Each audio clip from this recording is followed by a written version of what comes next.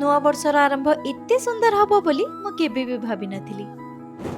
ପ୍ରତ୍ୟେକ ବର୍ଷ ପରି ଏଇ ବର୍ଷ ମଧ୍ୟ ନୂଆ ବର୍ଷର ସକାଳୁ ସକାଳୁ ମୁଁ ଲିଙ୍ଗରାଜ ମହାପ୍ରଭୁଙ୍କର ଦର୍ଶନ କରି ତାଙ୍କୁ ବହୁତ ବହୁତ ଧନ୍ୟବାଦ ଜଣେଇଲି। ମୁଁ ମୋ ସାଙ୍ଗ ମୋ ସାନ ଭଉଣୀ ଆଉ ଭାଇ ମିଶିକି ସକାଳୁ ସକାଳୁ ବହୁତ ହି ସୁନ୍ଦର ଦର୍ଶନଟେ କଲୁ।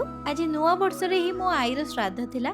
ମୋ ଆଈକୁ ପ୍ରଥମରୁ ଲୋକମାନଙ୍କୁ ଖାଇବା ଦବାରେ ବହୁତ ହି ଭଲ ପାଇବା ଥିଲା, ଯୋଉଥିପାଇଁ ମୋ ମାମୁଁ ଆଉ ମାଇଁ ମିଶିକି ବୃଦ୍ଧ ଆଶ୍ରମରେ ଖାଇବା ବନେଇକି ଦବାର ଆୟୋଜନ କରିଥିଲେ। ଆମେ ସମସ୍ତେ ମିଶିକି ସେଠାକୁ ଯାଇଥିଲୁ ଆଉ ସେଠି ବହୁତ ସାରା କୁନି କୁନି ପିଲା ବି ଥିଲେ।